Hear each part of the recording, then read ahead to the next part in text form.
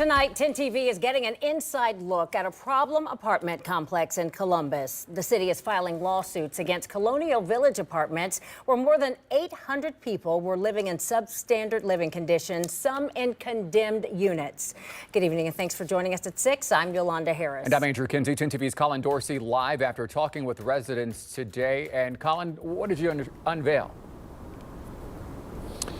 Right. First off, City Attorney Zach Klein gave Capstone Real Estate Services and the lender a Friday deadline to put together some sort of plan on how they plan to make those apartment buildings livable again. Well, that deadline has come and gone, and now this all heads to the courts. Boarded up doors and boarded up windows. Orange notices tacked to buildings telling people outside they're dangerous. It's the same story, building after building at Colonial Village. Most, but not all, the buildings are condemned. One woman living at the complex didn't want to go on camera, but welcomed us into her unit to show what she's been dealing with for 2 years. These photos show the bathtub that leaks into the apartment below through the cracked linoleum in the living room, a gaping hole in the carpet below the damage in the ceiling. It's like, God, it's very frustrating. Sometimes I go home and I scream.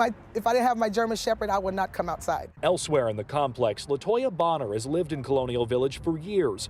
Now she's become close with the largely Haitian population now living in the buildings.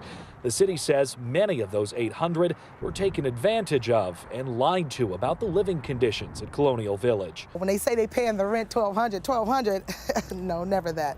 But no, now that I know when they don't have light and gas, you know what I mean? So I don't know what kind of agreement they made with whoever they made it with. These buildings fell under new management at the beginning of the month, and now Bonner hopes this will bring the much needed change to Colonial Village. Give them a chance, because you see, and I'm talking to the Haitians, and when you talk to one, the word gets around, and they're really trying. You know, they're really trying and stuff to keep you see the trash cans looking good now, you see the grass is cut.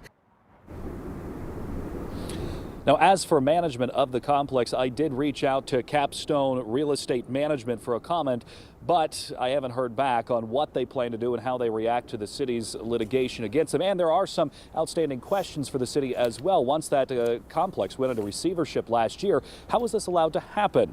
With that supposed to be under the undersight of the city. But now there are 2 lawsuits being filed. One goes into common pleas, the other in environmental court. Live in Columbus, Colin Dorsey, 10 TV News.